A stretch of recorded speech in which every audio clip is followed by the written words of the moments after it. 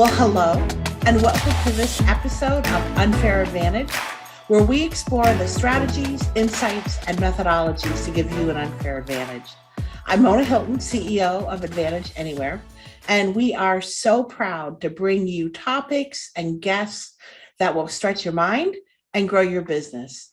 So if you've missed any of the amazing episodes of Unfair Advantage, or maybe you just want to binge watch on topics that will improve your business and your life, check out Unfair Advantage recordings at www.advantageanywhere.com/videos. And be sure to get on the notification list of upcoming episodes by emailing us at info@advantageanywhere.com. Now, as you know, one of my greatest joys is introducing you to thought leaders that you might not otherwise have the opportunity to get to know. Maybe because they're outside your industry or your circle of influencers, or maybe you just haven't had the opportunity to meet them yet.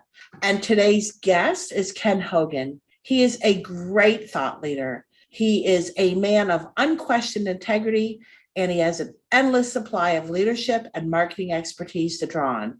I really can't wait for you to meet Ken, and I can't wait for you to hear what he has to say. Now, I met Ken through a mutual colleague and friend some time ago, but what struck me in our first meeting was that Ken's integrity. I knew he was special, he was different, he wasn't someone who would just take your money for nothing, and he has a lot to offer. So today's topic is one that Ken knows extremely well. That's why I've asked him to come on here and share his knowledge with you. It's about leveraging marketing technology to get the best results. So I am very excited to dive into our topic today. Welcome, Ken. Welcome to Unfair Advantage. Good morning. I appreciate it. I hope that I can live up to the intro there. I have no doubt. I'm so happy that you agreed to come on and have this conversation with us today, Ken. So I say we get right in because I am really excited about what you're going to learn from Ken. Let's go. Looking forward to it. All right. So let's start at the beginning. Ken, how do you know? I know that you work with Motion Strand and you guys are a full service marketing agency. You do pretty much everything. So from your perspective, both now and in the past, how do you know if your agency understands your business? I think you have to take a look at where they've been and their current client base. If they're all over the place and they'll take on any client, I think that's good and bad. But do they have like you or in similar industries? I feel that something like healthcare would translate very, very easily over into senior living marketing. I feel that pharmaceutical and bioscience focuses tend to translate over again into healthcare. It ultimately boils down to what does the company do, and what is the agency's experience in that area, and do you want that agency to learn from you? And because that ultimately costs you something. You're either going to take a 10-step process and start off at step 2 or 3, or you're going to take a 10-step process with an agency that doesn't have any experience and maybe start at -2 before you get to that break-even point. True. So what does success look like for your business? How do you measure it? It's going to be different for every agency, and every agency relationship with their clients. If your agency isn't asking you what's a success look like, boy, I would really question, whether you should be doing business with them or not. Everybody has to have a goal, and there may be some businesses that they want to acquire new clients. There may be some businesses that want to drive activity for their monthly newsletter and just create awareness. There may be some businesses that want to drive and build an online community where everybody can learn from one another and gain encouragement from one another. Those are the magic questions that any agency needs to be asking the customer. What are your goals? What are the top 2, 3, 4, 5, 10 things that you want to achieve here out of this relationship? And a part of that too is measuring success through the metrics, right? So you work backwards, Yes. right? Yes. Awesome. So how do you, once you know that goal, so understanding that goal obviously is very important, and that's something you've got to put some thought into. But once you know that goal, what are the best channels to get you to that goal? There's so many options out there, Ken. Yeah, it's especially on the digital side of things. And when I say digital, I mean the internet.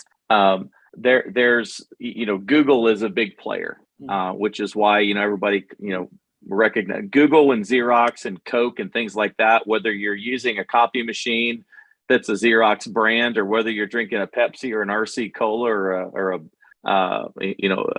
whatever, people still call it Coke. Whether you're using whatever browser you're using, you're still Googling, whether you're using Bing or Yahoo or any other search engine. So it just goes and tells you the power of the brand. But you're going to need to roll up your sleeves with your agency and have your agency help you better understand what's the best platform for this. How much, if I'm going to choose Google, how much are the ads going to be? How many, how much is that click going to cost me? Is it going to cost me a different rate on the East Coast than it is the West Coast? Is it going to cost me different, in the South or in the Midwest and things like that?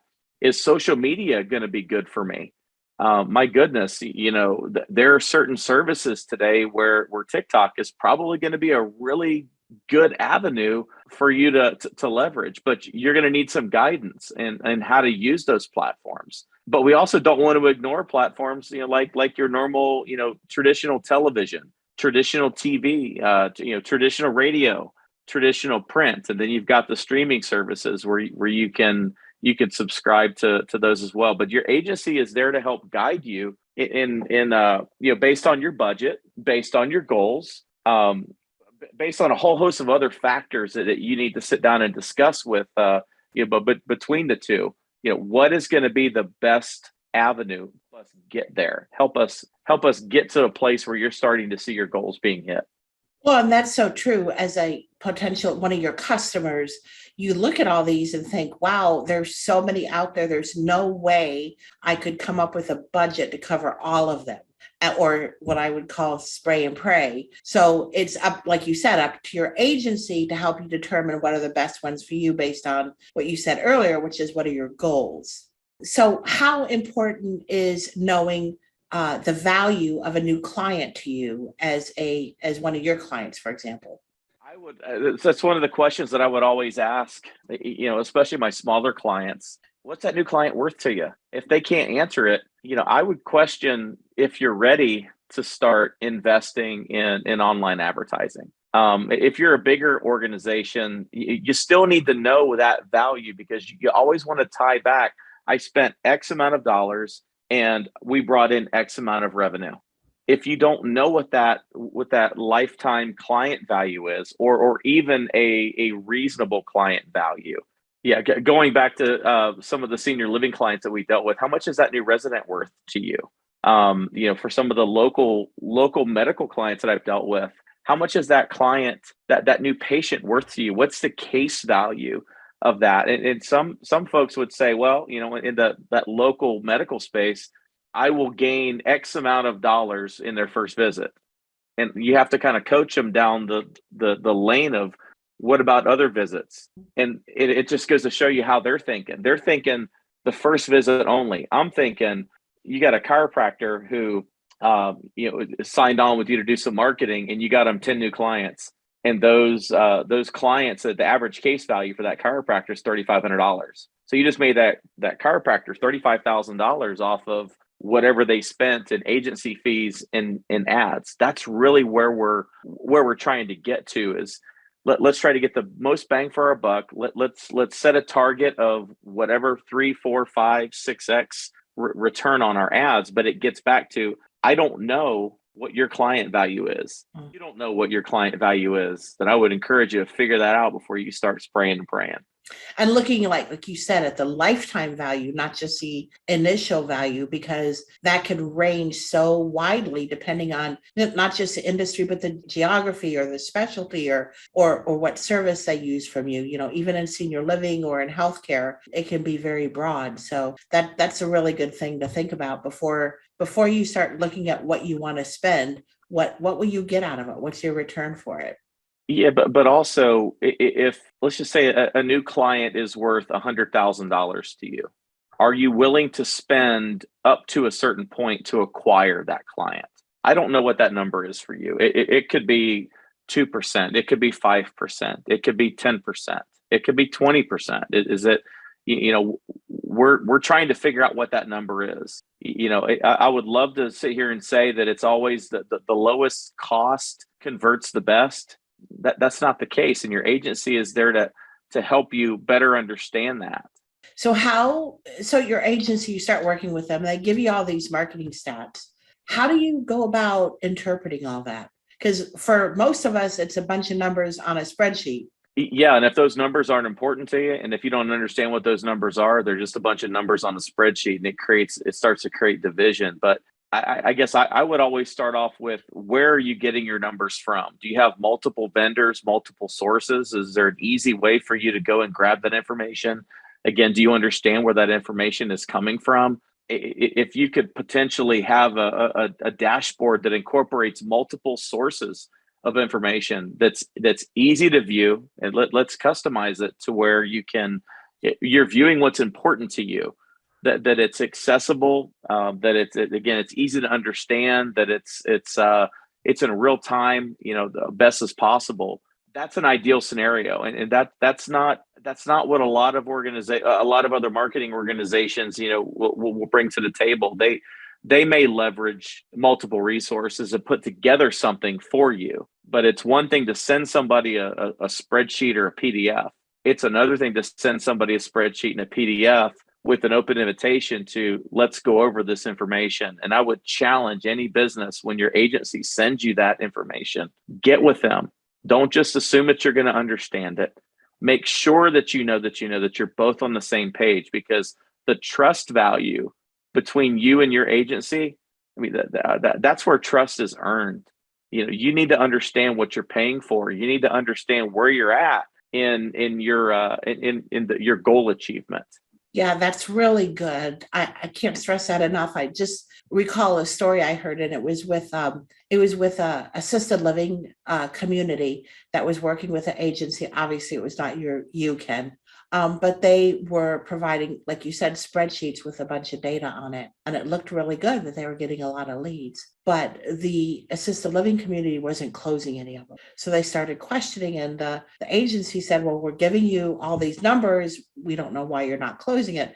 And there could be a number of factors involved with that we'll discuss in a minute. But upon further investigation, this assisted living facility hadn't done a great job of communicating to their agency what specific target audience they were reaching. So the agency was providing leads, but a lot of them were independent living, not assisted living. So they weren't the right target market. But again, if you're just looking at numbers on a page and you're not communicating with your agency, then you don't even know if they're the right people, much less if you're converting them.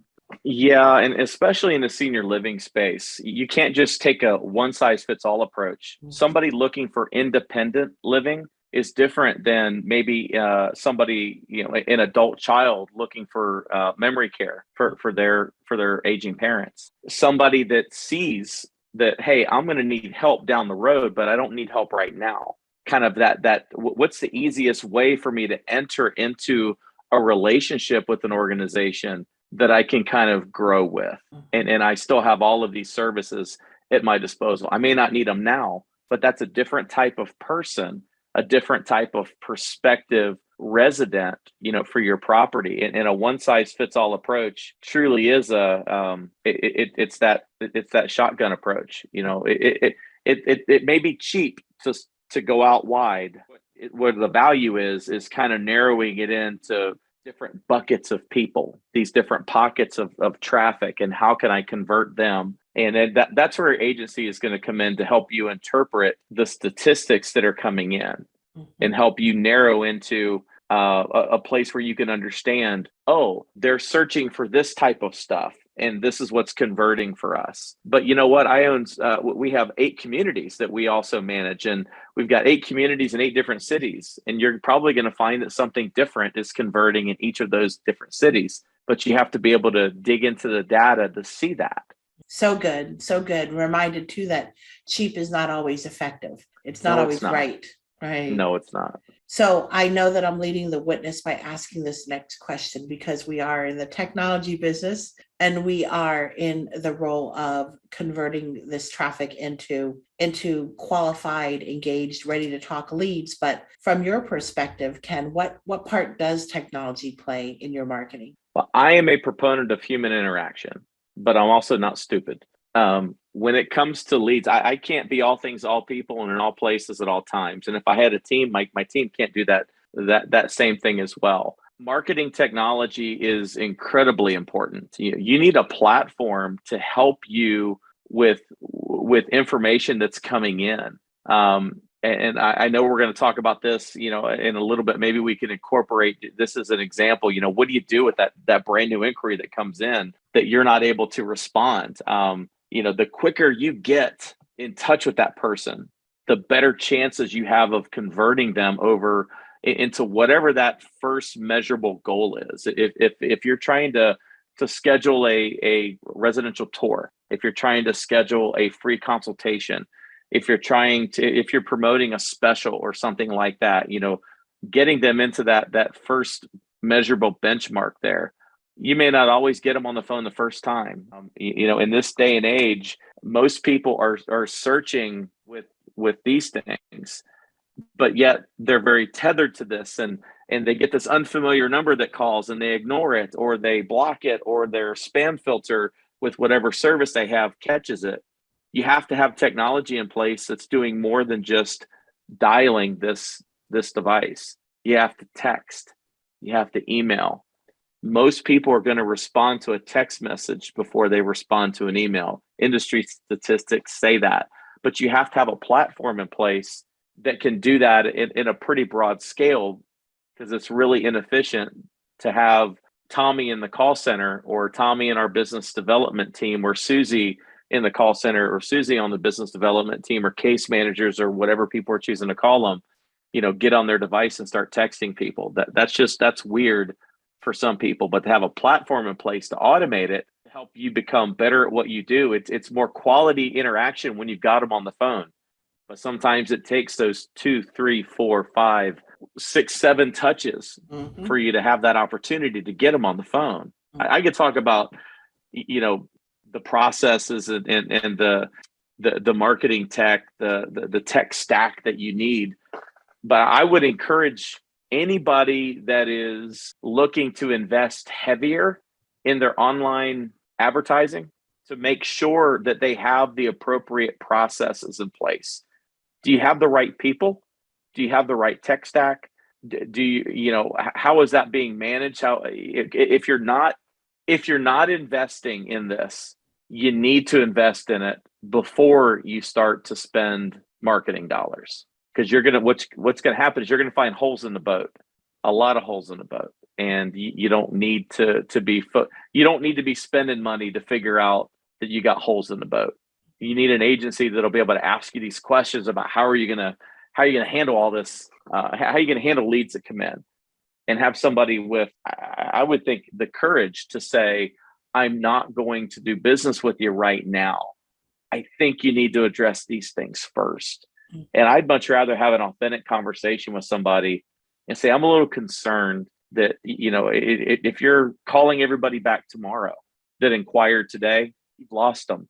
And you're going to blame your agency for the failures of this campaign, when your agency should have addressed this in the beginning. You need to have these things in place. That's what I love about you, Ken, is your integrity and your willingness to tell the truth, even if it's sometimes not what people want to hear, maybe not even in your own best interest, but that's what makes you stand out, I believe. And one of the things I think about, or one of the things I talk about, is the fact that your prospects, the people you're trying to target, your audience, doesn't always need what you have in the middle of the business day. Oftentimes at 2:00 in the morning, when mom fell, or when you're having that really bad pain in your back, or whatever that issue is that's causing you to look, and they go online and they look for you, you can't call them back at 2:00 in the morning when they inquire. But your technology can augment the human touch, because I'm 100% with you, Ken. The human touch is the number one.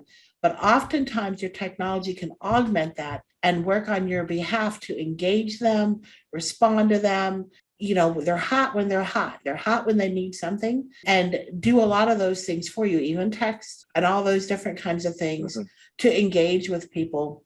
I talk about the 5-minute rule, that if you reach out to your web inquiries within 5 minutes of them clicking through, you're 100 times more likely to reach them, engage them, and sell to them than if you wait just 30 minutes. And that sounds unreasonable, but they're interested right then. Your competition isn't responding to them right then, and it's hot on their mind. So that 5-minute rule is something you can only accomplish through leveraging technology. And that's my sales pitch, and I'll leave it at that. But obviously, I'm a big proponent of both technology and human working together hand in hand to pull that off. Yeah, we need to have technology in place to create that unfair advantage, because we can't do it by ourselves. There's a lending company out there that I won't name, that you can go and source multiple providers for your mortgage or your car financing and things like that. And I've used that in the past, and it seems like when you're moving your mouse over to the send button, your phone is already ringing, or you've gotten 7 text messages from that's all. This is automated. It just happens to be part of their process, and it can be overwhelming at times. I'm not talking about creating an overwhelming issue for your prospect. I'm talking about leveraging sensitivity where you need sensitivity. I'm talking about leveraging common sense where you need to leverage common sense. And the quicker you can touch base with them, the better. Totally agree. Now, you touched on trust earlier, Ken. I appreciate that you said that. So one of the things that I want to talk to you about is, how do you know when you get into a relationship with an agency, how do you know if your agency is actually delivering on the promises that they made to you? How do you gauge that? That's a great question. I've always avoided using the word promise, and that's not because I don't want to be held accountable. If an agency is promising you something, it's promising you very low quality or very low value, other than if an agency saying, I have here's a scope of work that we're going to operate off of, and we're going to promise to adhere within the scope of work. I think that's 100% appropriate. But it gets back to the very first part of the conversation that we started here. Do they understand your business? What are their goals? What are the channels? How are we going to help you hit those goals? Are we doing a little heat check every now and then to make sure that we're on track to hit those goals? If we're not, we need to be looking at the data and figuring out why. Where's the disconnect? Are we targeting wrong? Was there an unrealistic expectation?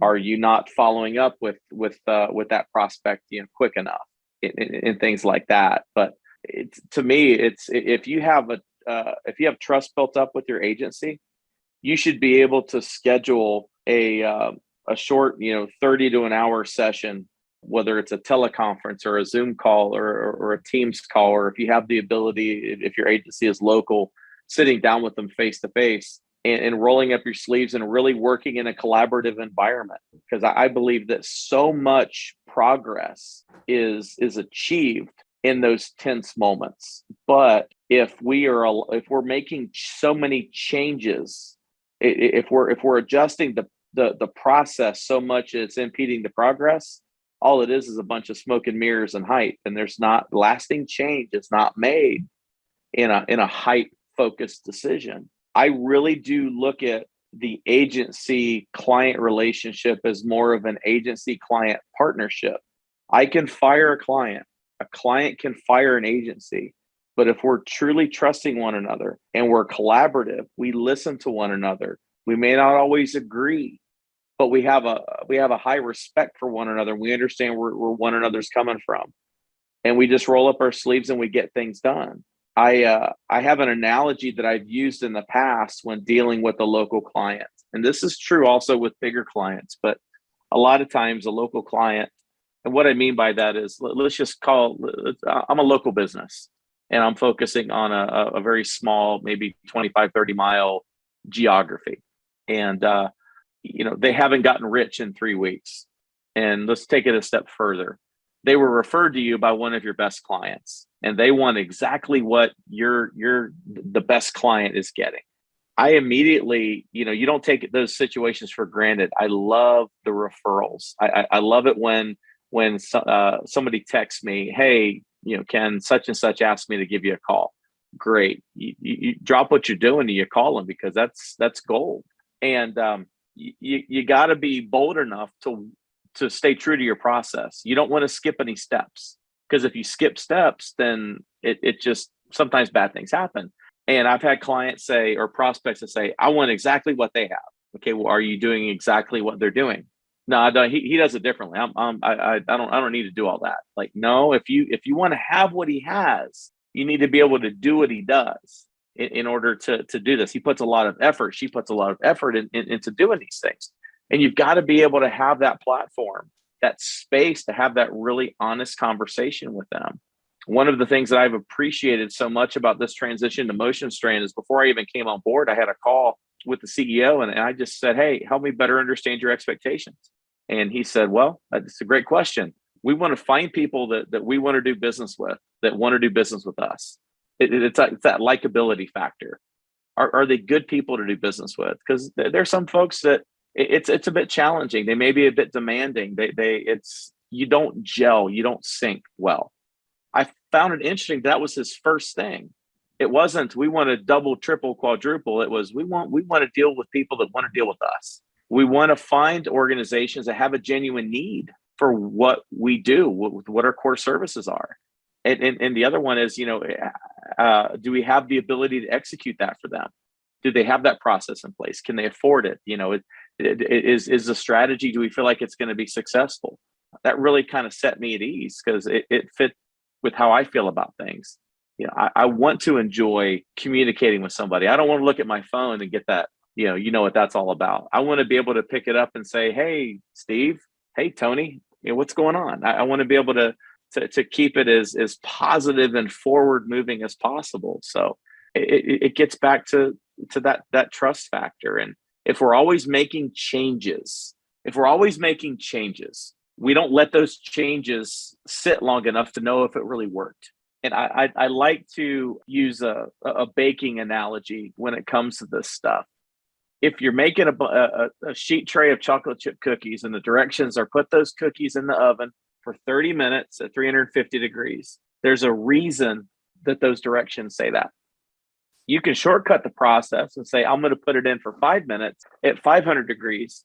You may have a nice golden brown cookie or a burnt cookie that's raw in the middle. It's not consumable unless you like that kind of thing. If we're always making changes, we're never going to know whether that tweak worked or not. So let's let some time pass. And I know time is money. Yes, time is money. But if we're going back and we're level setting at the beginning, here's your goal. Here's how we're going to get there. Here's the steps that we're going to take to tweak, reevaluate, reassess. Did that goal change? Was that a realistic goal? If we're not doing those things, then we're trying to hit a target that we're not really sure is there.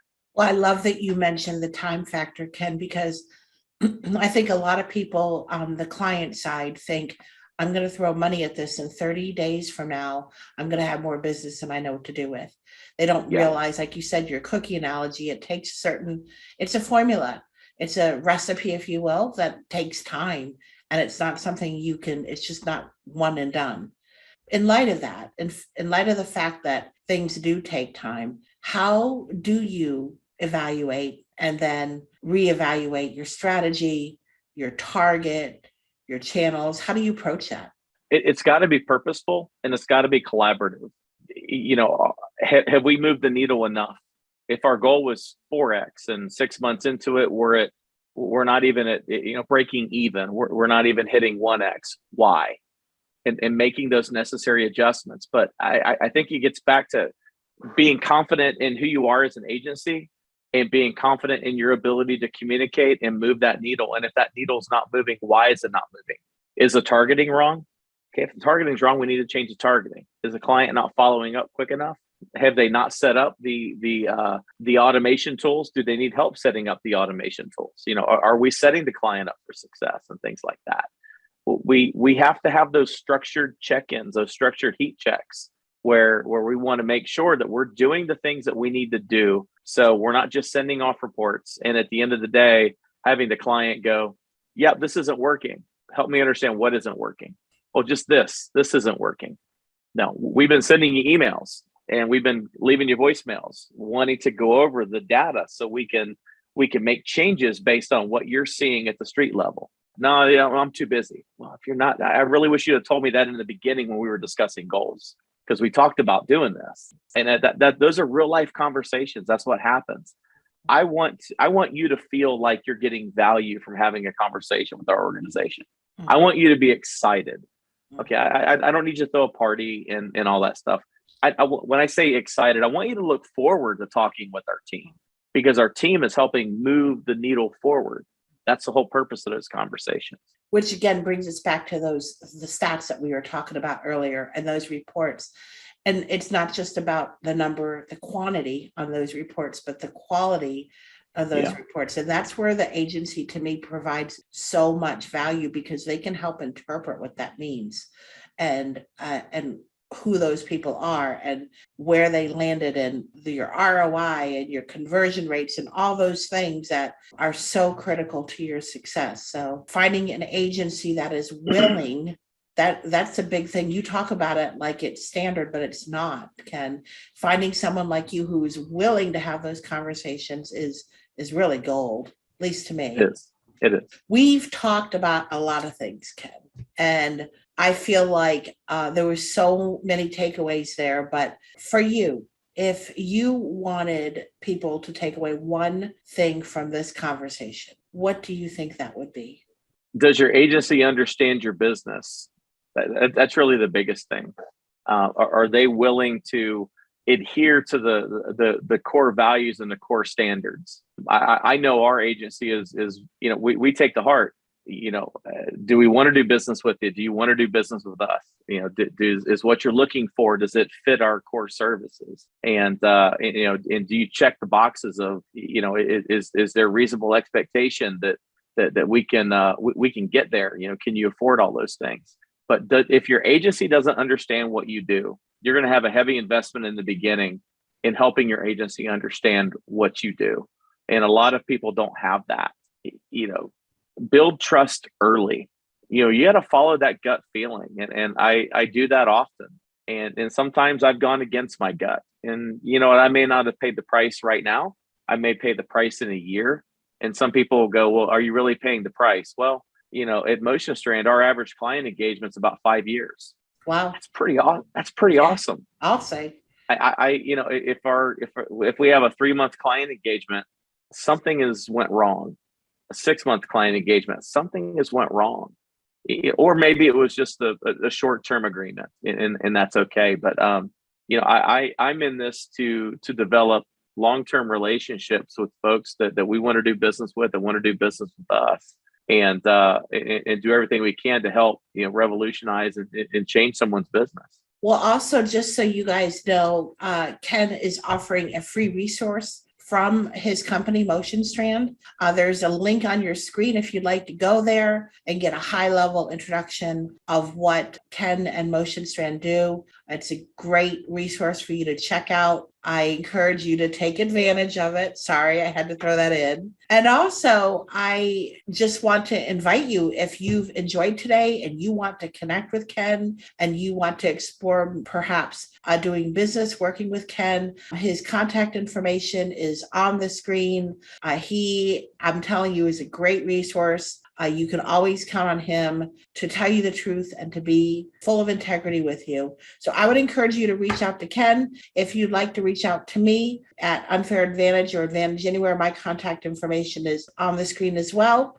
So I want to thank you so much, Ken. This has been awesome. I've really enjoy every conversation I have with you, this one being no exception. And I'm sure our audience is going to love it as well.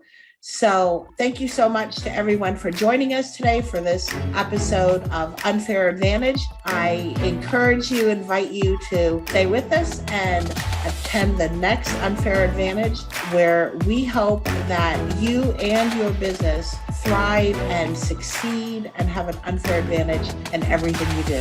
Thank you so much and have a great day. Bye-bye.